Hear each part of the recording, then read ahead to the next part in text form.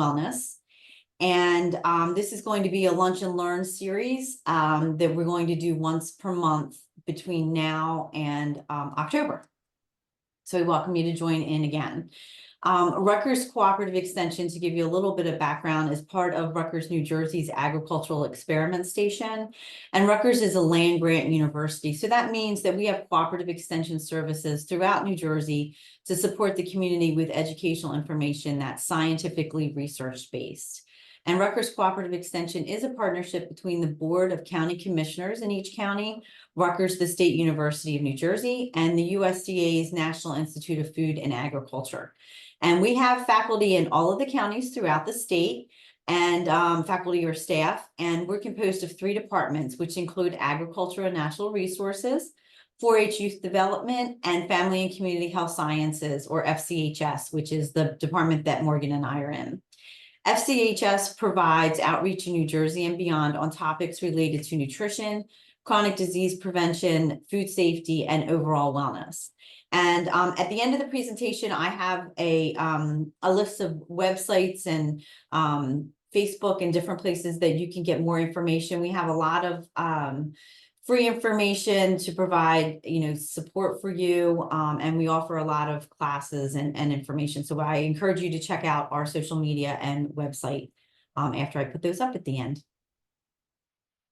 In accordance with federal law and the USDA Department of Agriculture, civil rights regulations and policies, this institution is prohibited from discriminating on the basis of race, color, national origin, sex, age, and disability. And I just wanted to go, Morgan's going to release a poll now. So if you all would be so kind as to complete the poll. The poll is really important. The university likes to know that Morgan and I aren't just sitting on the beach. We're here working and we're reaching our audience here in Cape May County. So they like to make sure that we're doing that. So this poll helps us to show that we're doing our jobs and we're working hard. So we appreciate you filling that out. I do also want to let you know that this, I advertised this as a lunch and learn, and I mentioned that in the beginning, and we had a lot of people register for today's class. So I wanted to go over the criteria for winning one of the Fitbits we'll be giving out. Hopefully you'll be one of the winners. So what I'm trying to do is I'm trying to gauge interest in what people are learning from the 8 dimensions of wellness curriculum that I've created. And to do this, after each class, I'm going to send out a short survey. It's really short. I think it's only like 5 or 6 questions. It'll take you just a couple minutes.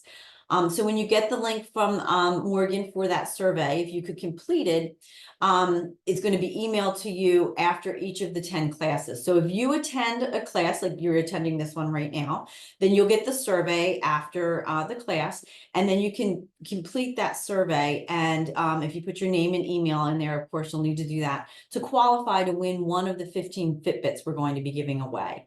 So you can, after each class you attend, you'll have an opportunity to fill out that survey. So you actually have, if you attend all 8 classes, then you'll be able to enter 10 times if you complete the survey 10 times. So that gives you 10 opportunities to win one of the 15 Fitbits. So there's going, like I said, there's going to be 15 of them that we're going to give away. You have to complete the survey in order to be entered to win one of the Fitbits. You make sure that when you register for the class, you're giving us the correct email to email that link to, or else you're not going to get the email. So if for any reason you think that your email might not be correct, please email Morgan or I and let us know that.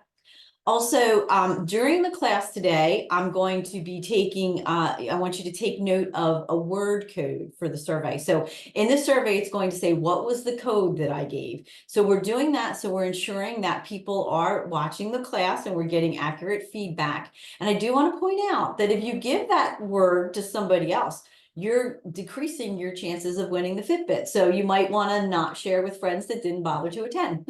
Just a little word to the wise. And also, I want to let you know that we will be distributing the Fitbits after the 10 classes. So that'll be sometime in November that we'll be contacting the winners for that. So just a little heads up on what's going on with that to give you information, and I'll hit it up again at the end just in case. All right, so let's get into today's discussion. Today's discussion on the 8 dimensions of wellness has 3 objectives. We're going to first define the wellness and what it actually means. And then we're going to explore the 8 dimensions of wellness according to SAMHSA. And then finally, we're going to talk about areas to create wellness in your life in the 8 specific areas. Today's discussion is an overview or an introduction type lesson to the 8 dimensions of wellness. And in February, we'll be starting the rounds of each individual class, each individual dimension broken down. So February, for instance, is going to be physical wellness. And so we'll break them apart so you get a little bit more information. So again, today's just a general overview, get you started thinking about these things and how it might help you to create overall wellness in your life. And then finally, in October, we'll have a wrap-up class, and that's going to be, again, about the 8 dimensions of wellness and like an overview, again, of everything. But hopefully by that time, you'll have had enough time in the 10 months to incorporate some of the suggestions from the webinars into your life, and you'll already be feeling better and living better. And maybe we'll even have a little information in the chat that you can share about how you've done that. So I'd like to suggest that before we get started, just if you have access to the chat, if you just want to write in there what one word that you think of when you think of wellness. It's used a lot. So what is that one word you think of? You can go ahead and put that in the chat.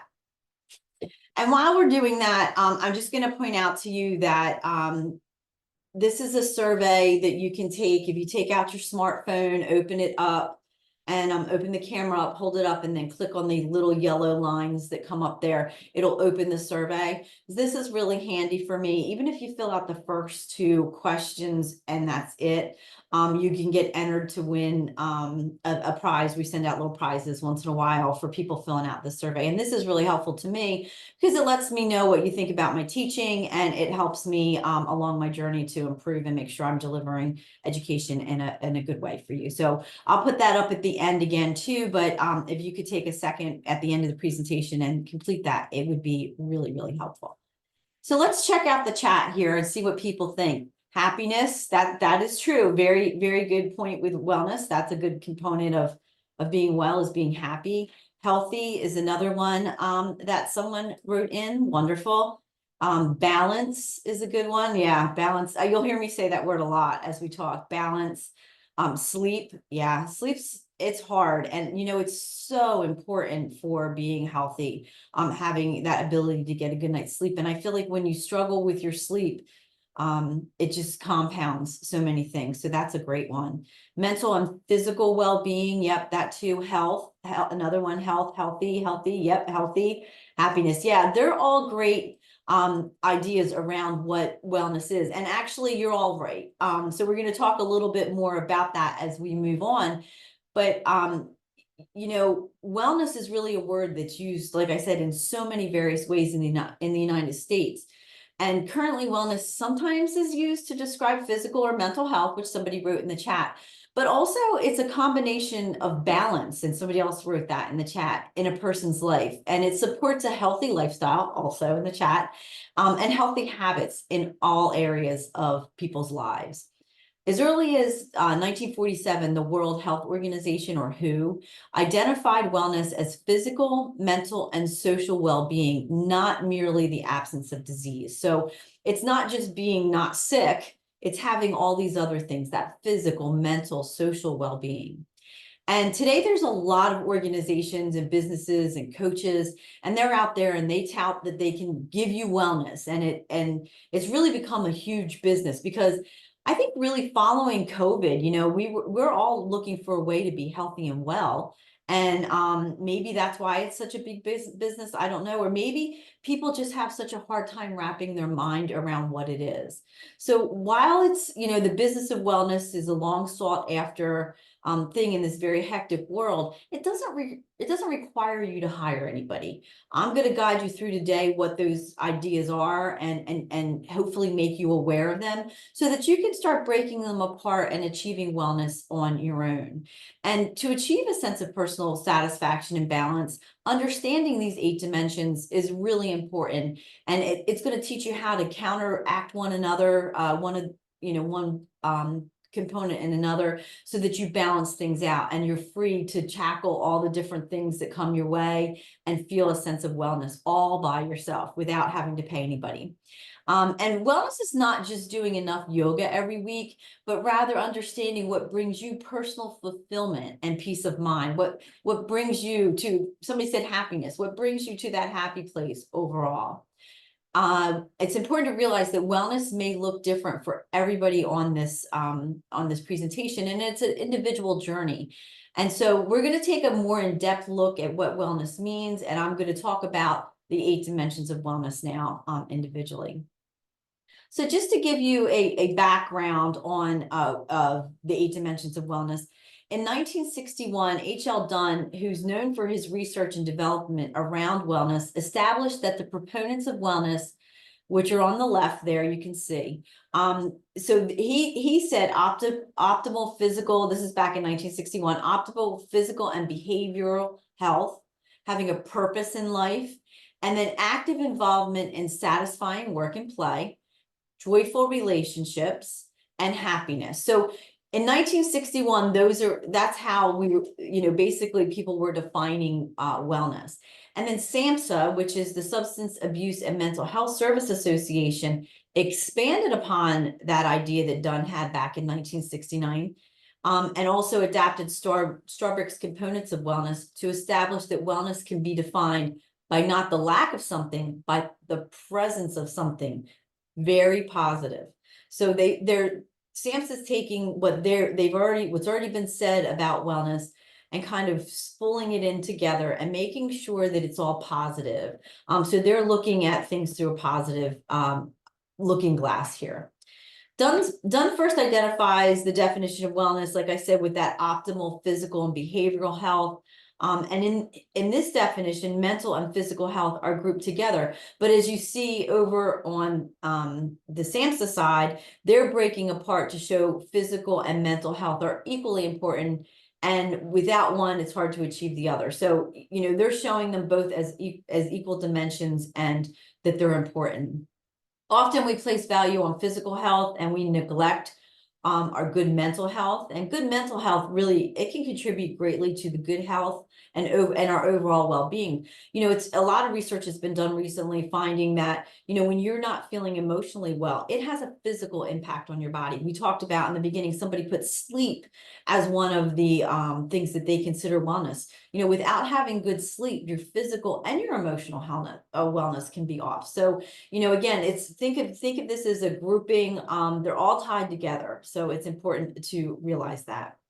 The next thing that Dunn identified was a purpose in life, and as a key component for achieving overall wellness. Active involvement and satisfaction in work and play are important in Dunn's definition as well. And as we look on, he cites a strong need for joyful relationships and happiness.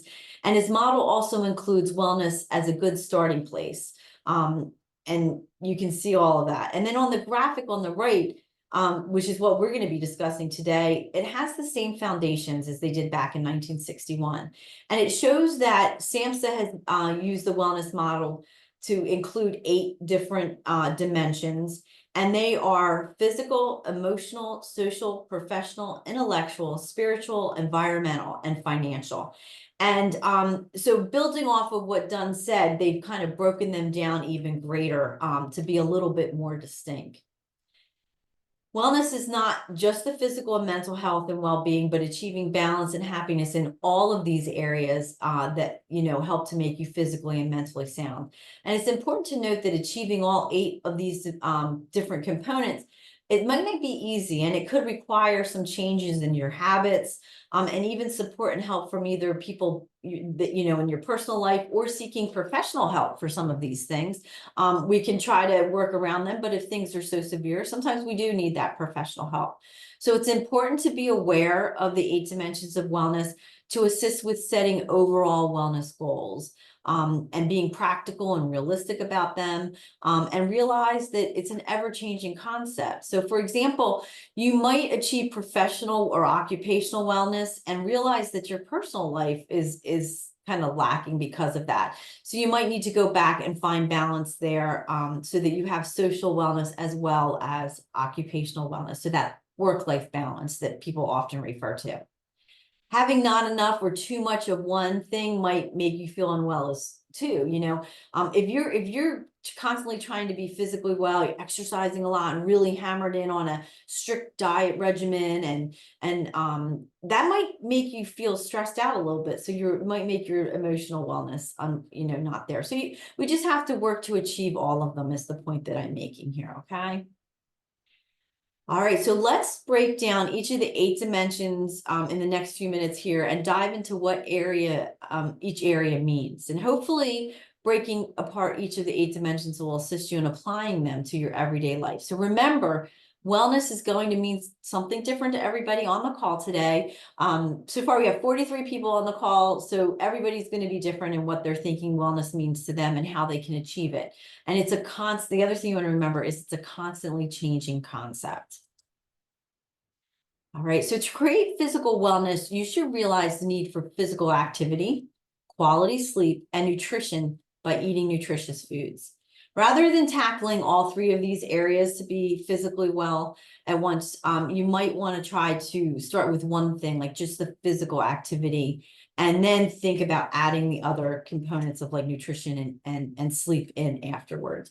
And that's because concentrating on one item at a time can be less overwhelming. We don't want to make things so overwhelming that we can't achieve our goals. And one of the things, I just did a presentation for Ocean City Library about resolutions, because it's that time of year, right? So we all dive in and say, okay, we're gonna get in there, we're gonna start these resolutions, we're gonna be more physically active, we're gonna sleep better, we're gonna eat better. But there are a lot of things to achieve at once. That's a lot of change at once. So breaking them down again should help you to be a little bit easier to obtain.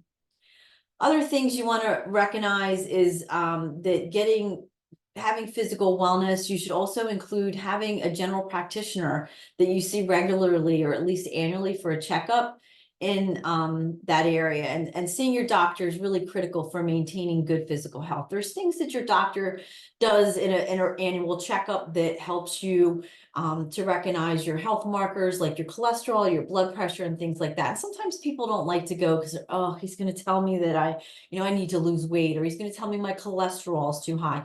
But your practitioner really can be somebody that helps to support your wellness goals. And it's important to recognize that and use it as a benefit, not a dread kind of thing. So they can tell you things, a lot of things going on in the body that we might not be aware of from our physical feature outside. So it's important to know what the different numbers are and see your doctor regularly. It's also important to have a doctor that you can call upon when something isn't quite right. A lot of times people, I'm one of them, I don't go to the doctor a lot, but it's good to have that person that I can check in with when I'm not feeling well. So I have somebody already set up, and I don't have to be placed on a waiting list, or I'm not searching. So try to find that regular practitioner that you see for wellness visits and things like that. And that includes female visits to the gynecologist and things like that, so that we can have those regular checkups that we need as we age. And in early wellness studies, it was noticed that nutrition and physical activities were overlooked for some of the other components by those surveyed. However, now wellness is often associated with only physical activity and proper nutrition. So we want to make sure to know that good physical wellness involves taking care of your physical self and doing things that benefit your physical health. And later in the discussion, I'll give you some more ideas on how to, be physically well, to get your regular sleep and your physical activity. All right, next we have mental and emotional health.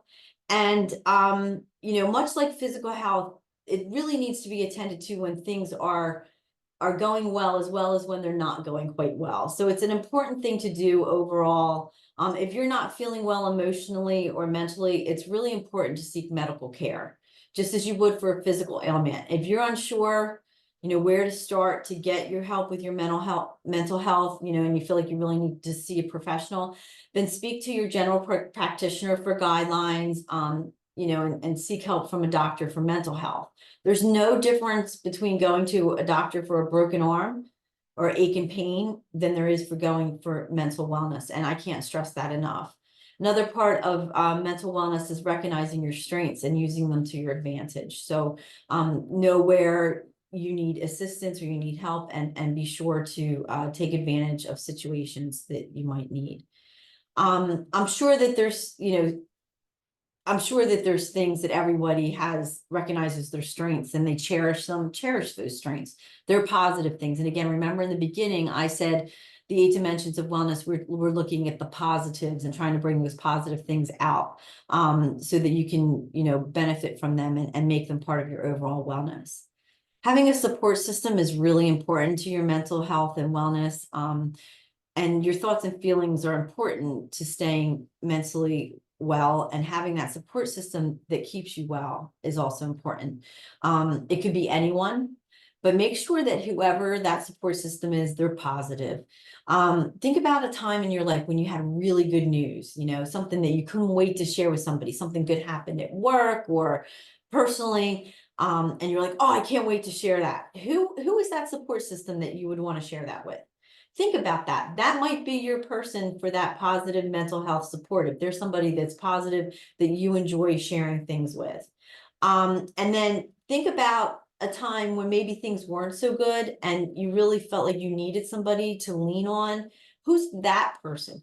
Who's that person that you would reach out with, to tell something really, really good? So I know, I have a group of friends from when I was young. We all lived in the same development, and we've been friends for over 30 years now. So when something wonderful happens in my life or something really sad happens in my life, we're in a group chat and we're right away supporting each other. And it's the same for them. If somebody passes away in their family or somebody's getting married, like, it's the first thing we turn to is that group of 4. So think about who those people are in your life, and have them be the person that you contact to support that good and bad when you need it emotionally. And take time to evaluate who they are and how they can support you. And it might be a different person for each thing. You also want to do things that keep yourself emotionally well. Eating can keep you emotionally well. I know that sounds odd. Well, she just said that was part of physical wellness, but eating well and being nutritionally sound can help with your emotional wellness too. Exercising and getting good sleep, also physical wellness, they can support your emotional wellness. So think about, again, I told you to think about how these things interact with one another, but doing the things that keep you physically well can also keep you emotionally well. It's important to have a good support system, and it's equally important to feel connected and have a sense of belonging.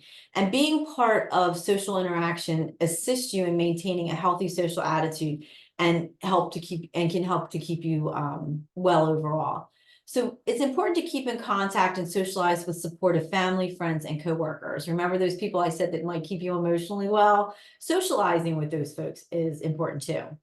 Make at least one connection each day. So especially if you're isolated, you're on your own, living alone, try calling somebody or emailing somebody or just visiting somebody, or take a few seconds to check in face to face if you can on a neighbor. If I have some neighbors in the neighborhood, and we might be walking by with the dog, and we might just stick our head in and say, hey, how you doing? Because we know they're alone. So you can do that. That might make you feel kind of fulfilled yourself to do that for somebody that you live by or that is living alone. But even if you're not living alone, sometimes having that support from the person you're living with or an outside support system and that social interaction can be really important. And I think we really saw that, between 2020 and 2022, how that changed our lives so much, not having that social interaction. And social interaction can be such an important part of being healthy. Think about how much we missed that when we didn't have it, going back. I can remember just reaching out to people in general just to feel that sense of connection during that time. So try to, if you haven't gotten back to it, try to get back to it. But if you're doing it, do what, brings you comfort in socializing with people. It's good to join a club, be involved in a social group or volunteer group so that you're connected in some way and feel connected. In an article that was published in the American Journal of Lifestyle Medicine and Lifestyle Medicine, authors Martino, Peg, and Freight say that some doctors are now prescribing exercise as medicine. They're also prescribing social interaction as medicine for good health benefits. So, that socialization offers good benefits. They note that finding out a patient's close friend groups are at the doctor's office is important, and what organizations and groups they're involved in is important. So they encourage people to do that. Spend socialization time to help assist them with treating their patients that might be feeling blue and things. So it's important, and researchers are making that connection between social interaction and chronic disease prevention, in addition to overall wellness. So think about that, ways you can be involved socially to help not only with wellness, but, chronic disease prevention. And the evidence is really showing that being social is good for our health. So go ahead and make plans to be with friends and family in a safe way and socialize for your wellness.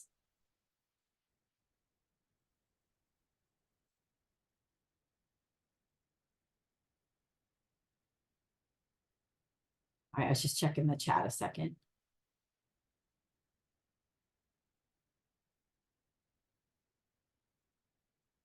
Somebody's in the chat, they're asking if they don't have a camera on or a mic, so they're asking that their audio keeps cutting out.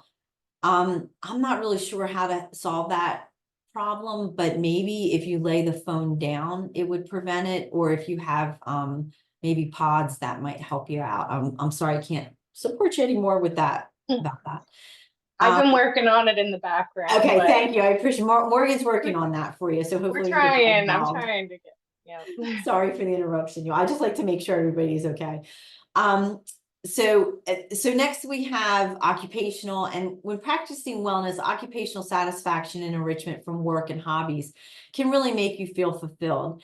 While working as a profession or in a job, make sure to take breaks like meal breaks, or even go for a walk break to clear your head and help you focus on your work.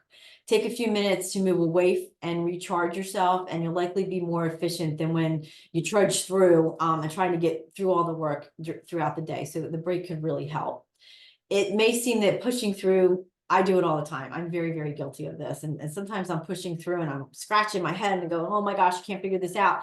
And I get up and walk away and I feel better. So, just taking a short walk around the building or something could help to support your productivity. Make sure you're doing something you enjoy professionally. And if you don't find happiness in your work, then you might want to try, finding other things that make you happy outside of work. I recognize that everybody can't find happiness in their work. So try to see if you can find something else after work, maybe that brings you some joy. So you have that occupational wellness. And realize that everybody makes mistakes at their job, and try to make your mistakes a learning experience so that you learn from them and improve yourself professionally. I always say that, to my kids, like, okay, we made a mistake, so what did we learn from it? So if you make a mistake, just try to do better. Don't beat yourself up. That's not going to create wellness in your life. Remember, we're looking at positive things. So try to, if you make a mistake, use the example and say, okay, I learned from this, and this is how I'm going to improve on it. And again, if your work isn't giving you everything that you need, try volunteering or take up a hobby that provides you with that missing link. Make time outside of work. If you feel if you feel a professional void, to create or make something that might give you fulfillment.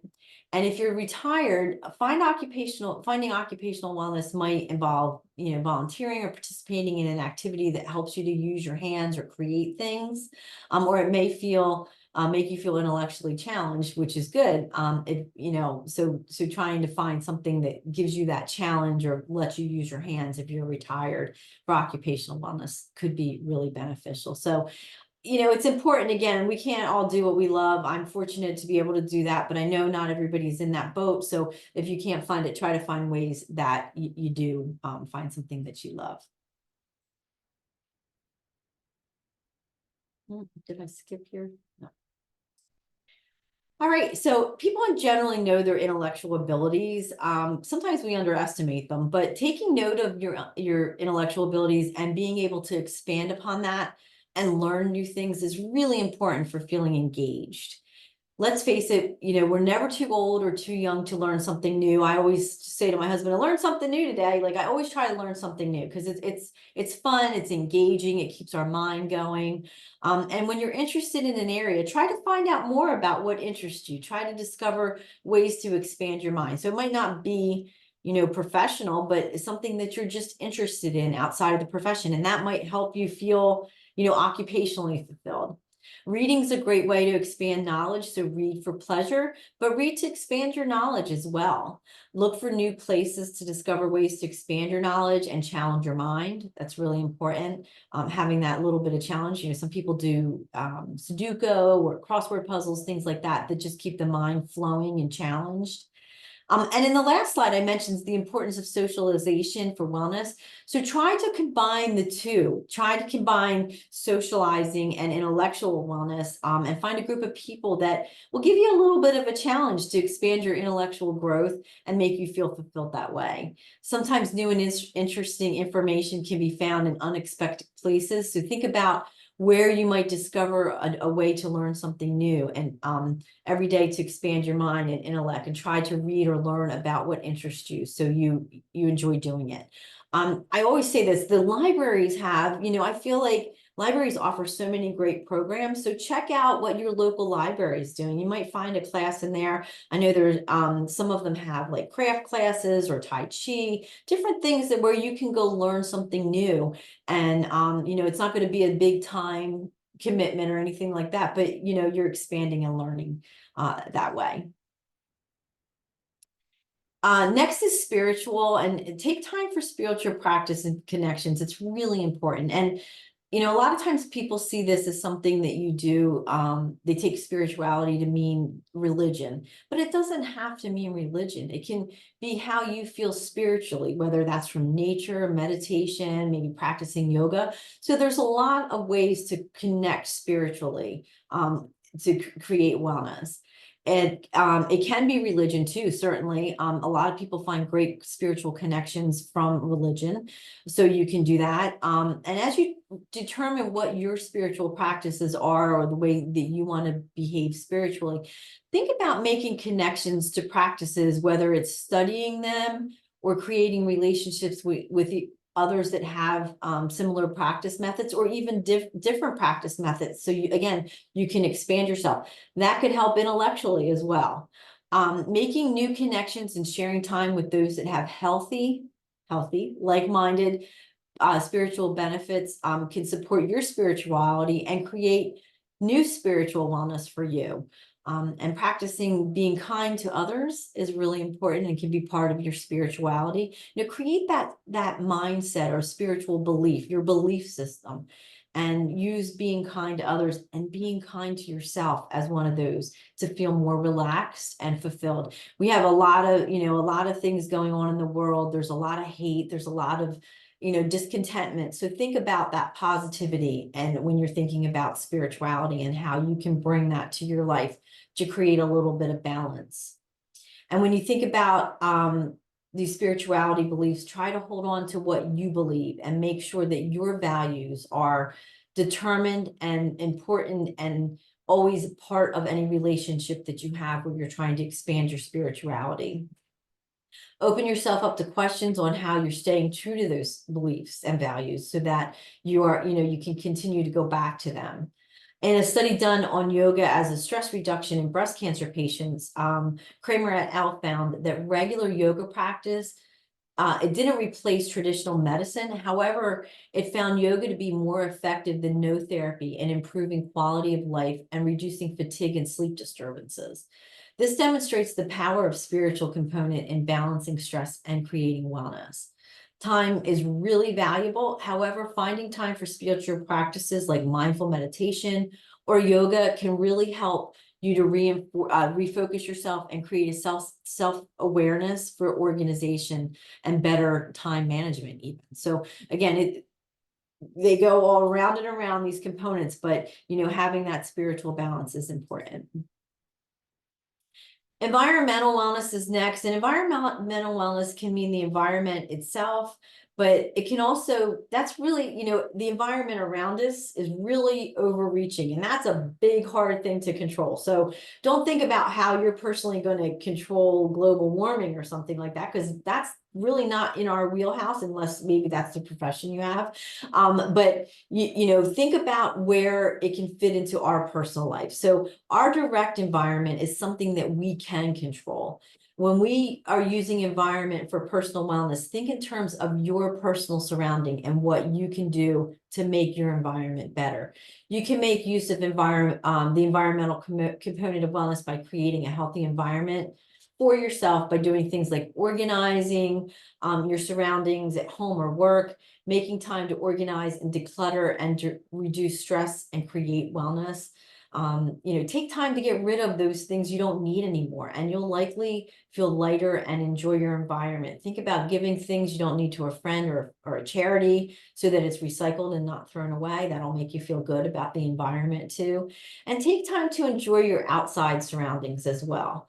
Making time to enjoy the outdoor environment regularly and noticing the sound of the birds or maybe the cool breeze on your face can assist you with being in the present and calm. It can calm your mind.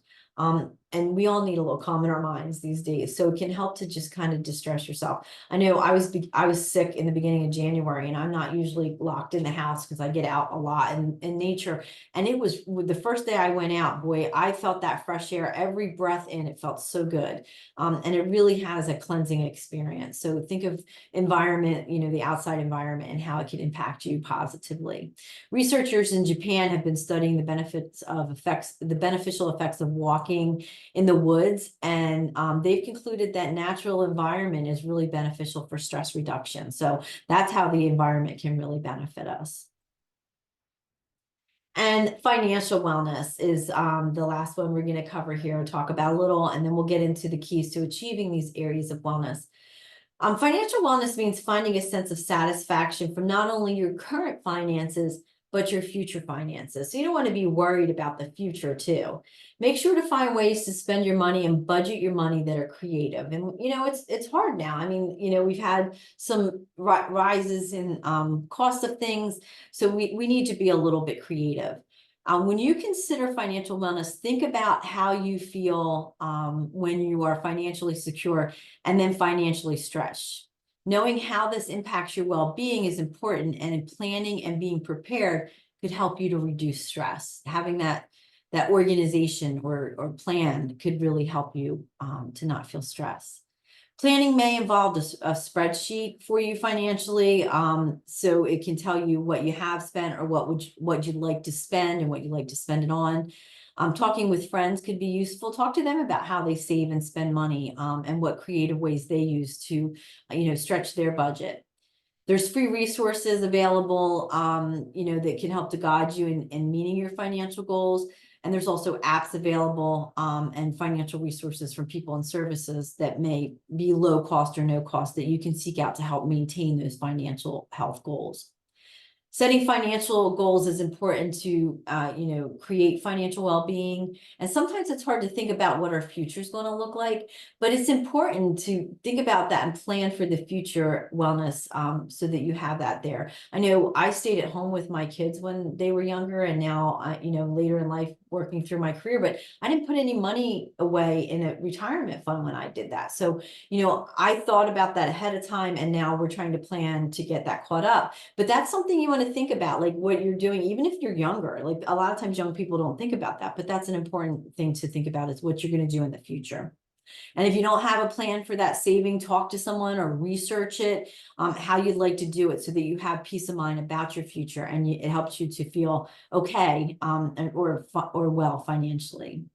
And if if your finances are too sparse right now, then just kind of come up with something creative so that you can start, you know, carving time out or carving finances out to have a plan for the future. I know, because they do, sometimes we ebb and flow right with that, so it can be difficult. All right, so now that we've identified all 8 areas of wellness, it's important that you realize ways to maintain or create wellness in your life. And as you saw when we discussed the 8 areas, I did give you some pointers on how to achieve overall wellness, like as I was talking, but I also am going to give a little bit more on how, tips on how to maintain the 8 areas of wellness now and try to, show again, think about how they're overlapping. I keep saying it, but you think about how they overlap and think about, well, I'm not sleeping really well. And, that's a physical one. And I feel kind of cranky, so that's emotional. So think about how they are overlapping and interacting. Physical wellness, as I said, is more than just eating healthy. Your body needs to move. So make sure to engage in regular movement. Movement that you enjoy is important to keep you, healthy and well. With anything you do in your life, try to add a little bit at a time, little steps. Try a variety of movement by changing what you do for physical activity and exercise. And try to do a combination between cardiovascular or aerobic exercise, stretching and muscle strengthening activities. It's important to have that combination so our body's balanced. I have a grandparents raising grandchildren program here at Rutgers Cooperative Extension in Canton County. And we had somebody come in last night and work with the grandparents on doing stretching exercises. And boy, I was able to participate and it was wonderful to have that stretching. So stretching is just as important. We want to keep those muscles moving, the joints flowing, so we don't run into a injury at any point.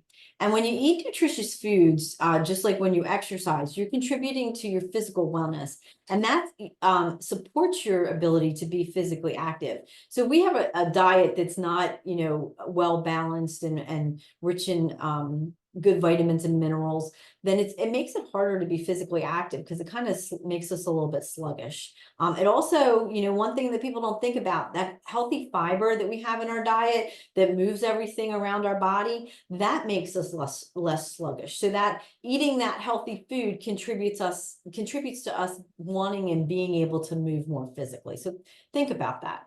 Make sure to avoid sugary and fatty foods and eat a diet that's rich in whole grains, lean proteins, and fruits and vegetables. A well-balanced diet and physical activity can support better quality sleep as well. Sleep's important for our physical wellness and many of our other dimensions we're talking about today. It's really hard to be successful professionally, no matter what you do, if you're too tired to clear your head. So, again, how they interact with one another, these dimensions. As I mentioned earlier, be sure to see your doctor regularly for checkups on your physical health. And that's because annual screenings or physicals are they're the very least we could do for optimal health. So we want to make sure we're seeing the doc. And achieve good physical wellness, create a plan to take small steps and gradually make changes. Don't hop in all at once. But, think about, maybe make a plan after this. I'm going over the 8 dimensions of wellness and make a plan like, okay, February is heart month. So I'm going to focus in on more physical activity and making my heart strong. So, just taking it one day at a time kind of attitude.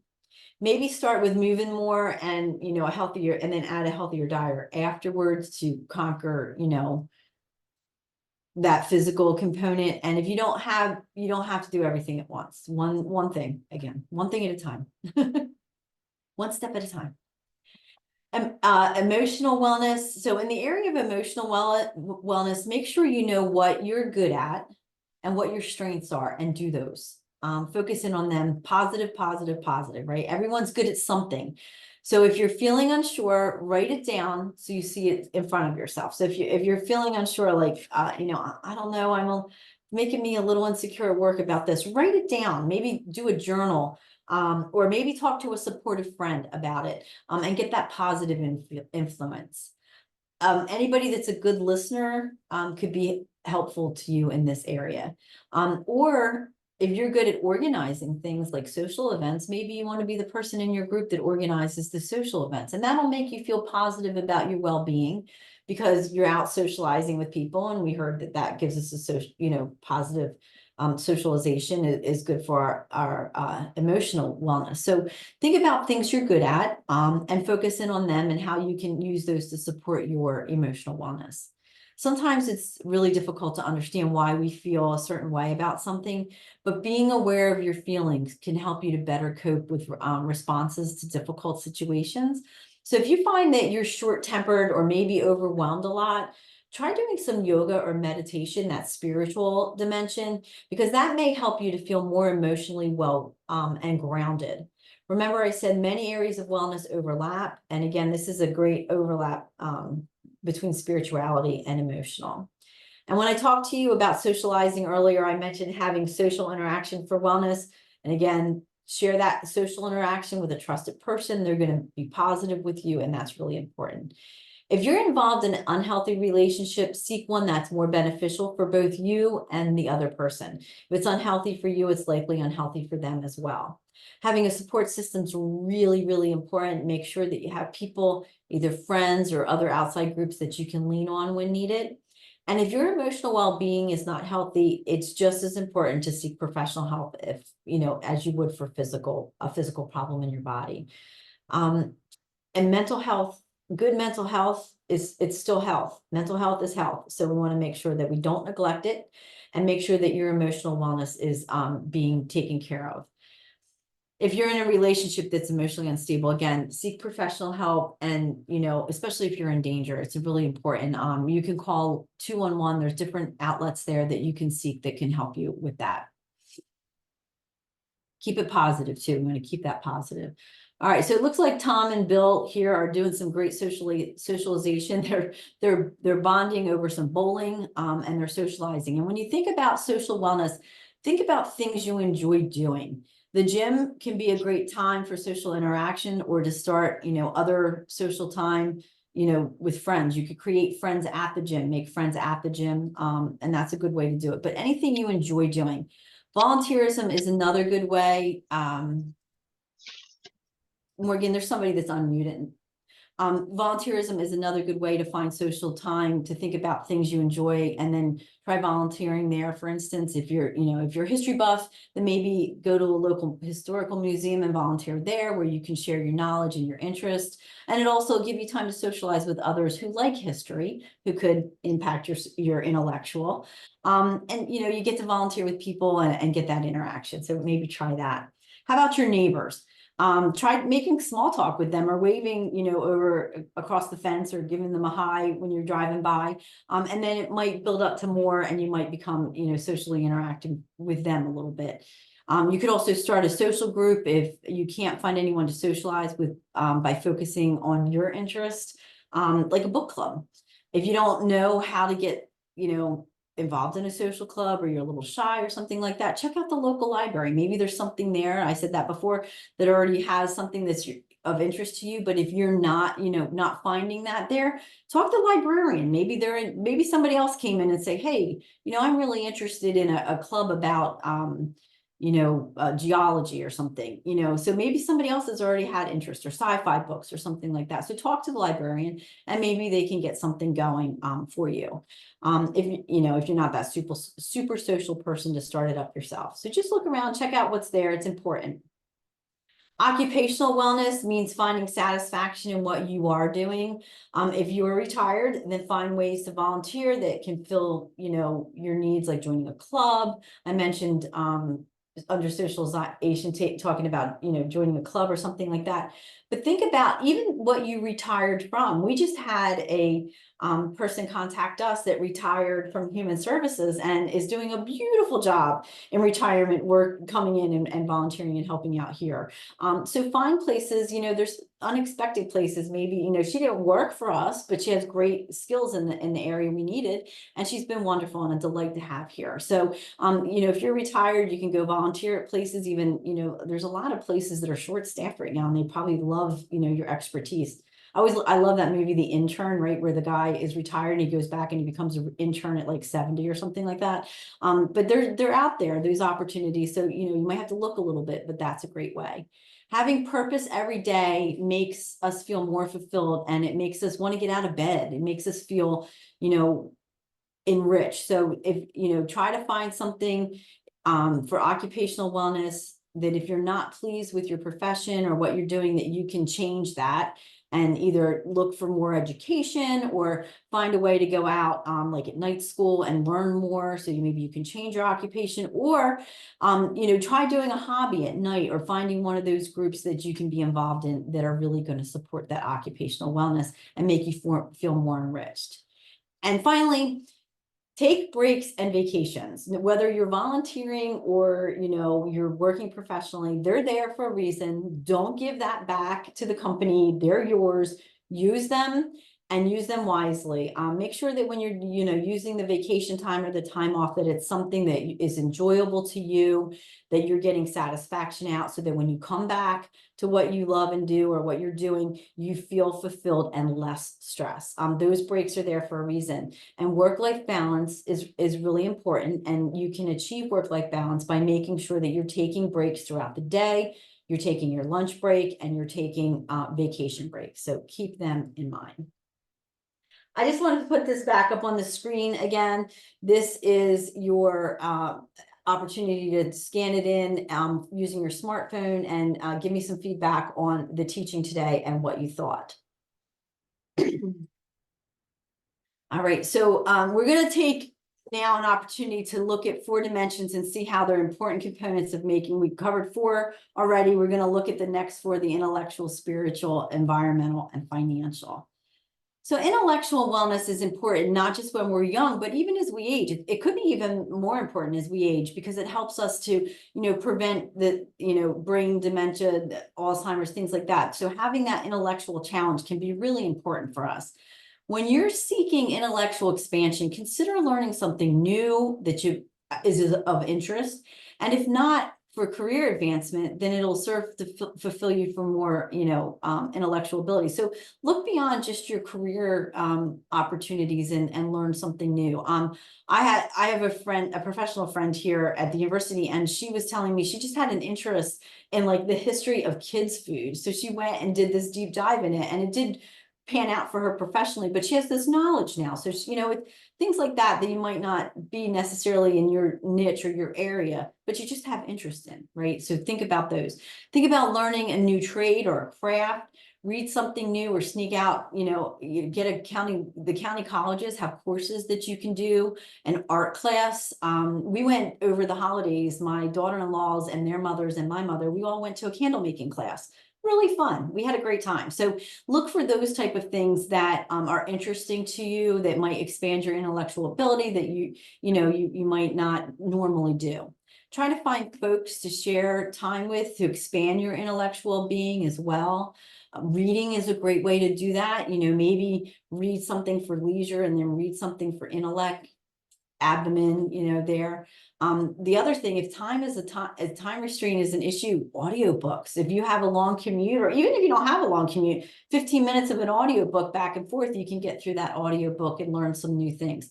Podcasts are very popular now, so you can listen to a podcast while you're driving, as long as you're paying attention, those kind of things. So think about what you'd like to do. Ask a friend or family member to consider giving that, to you as a gift for a holiday or birthday or something like that, to expand your intellectual wellness. I know that, my kids are all about the experience type things as gifts versus having an item. So think about that, making an experience to expand your intellectual ability. One time I gave my mom piano lessons. So that's another thing, that could help to expand there.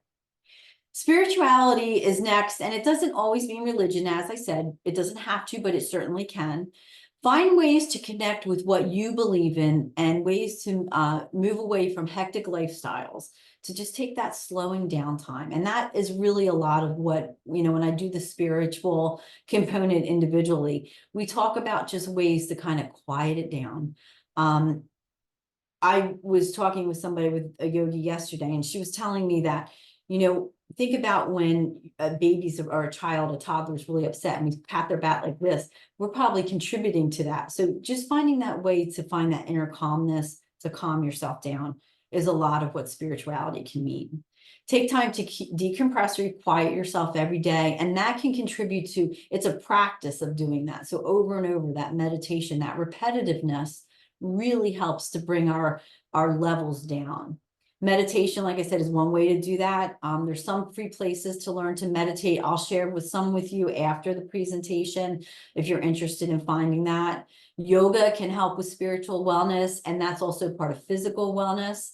And there's lots of opportunities to do yoga. You know, you don't have to be super athletic or anything to do it. You can learn and build off of it. There's chair yoga that you can do that'll help, Tai Chi, all kinds of great things like that that will help you to find some type of spiritual quietness and contact through wellness.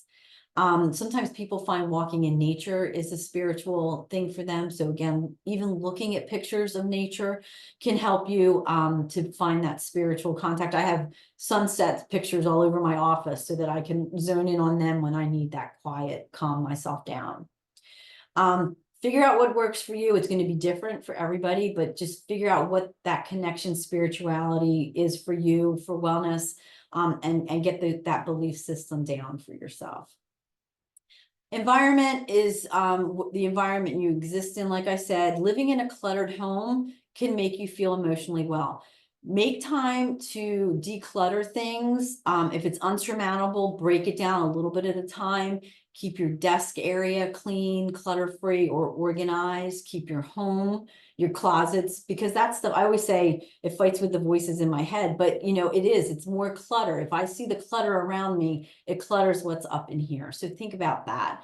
And take time to navigate your screen time. That can, you know, being on your phone all the time, that can be a lot of clutter in your mind as well. And so you might want to move away from screen time to try to get accomplished environmental wellness. And again, being out walking in the woods or being in nature can help to contribute to that feeling of environmental wellness.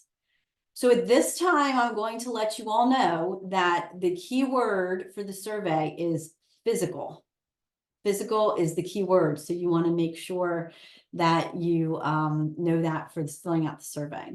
And then financial is the final dimension here. And again, as with all other dimensions, this one can overlap with areas of wellness. For instance, if your occupational professional situation doesn't allow for financial wellness, then maybe it's going to give you stress, emotionally stressed. So there are programs both free and for low cost that you can look at. Again, you might want to contact some libraries, look for apps, things like that, that can help you to create, you know, a guide. Tracking what you're spending so you stay within a budget could help you to feel more financially in control and therefore financially well. Design a plan, seek help from others, but create a plan that, you know, maybe starts at 6 months, a year, and 5 years. So you can set up those long-term plans so that it's not just this week.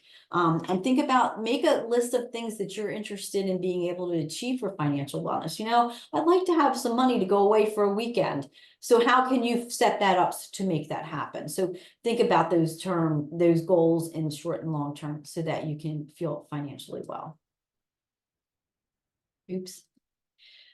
So Morgan's going to release the last poll here. If you could please complete that, I'd very much appreciate it. Again, I use this information to help me as I design things.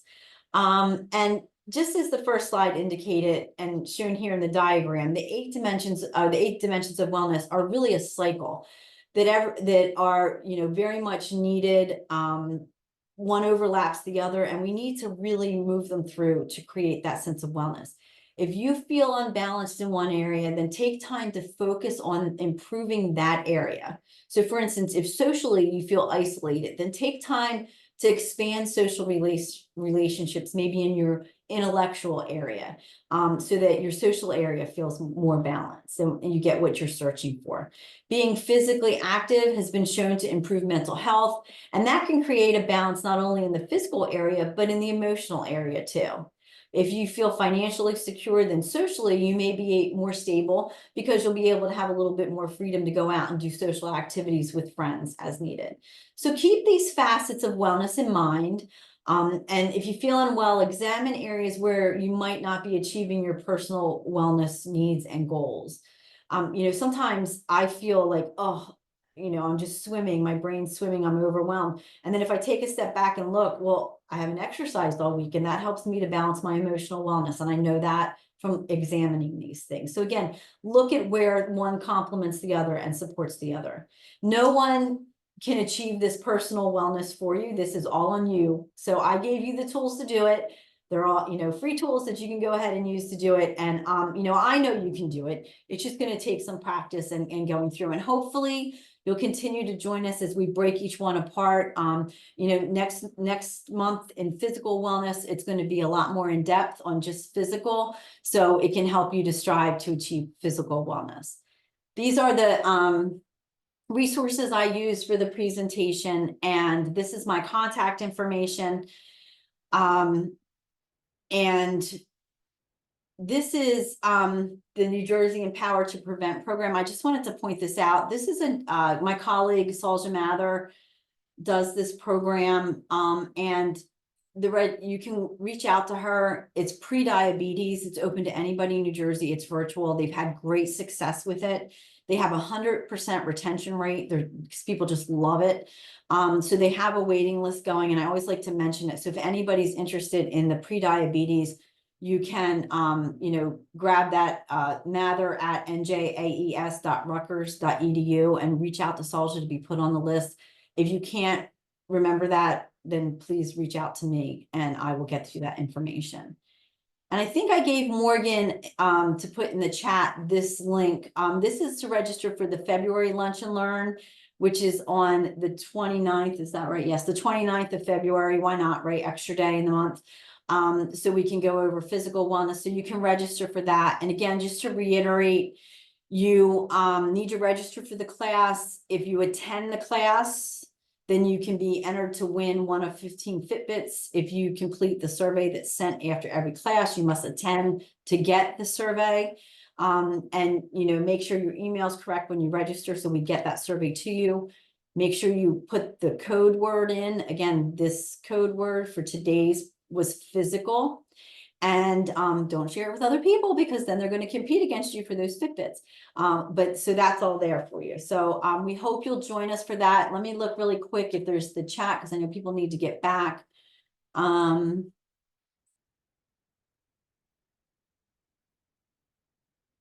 somebody couldn't get the links. I'll share the links after the class too.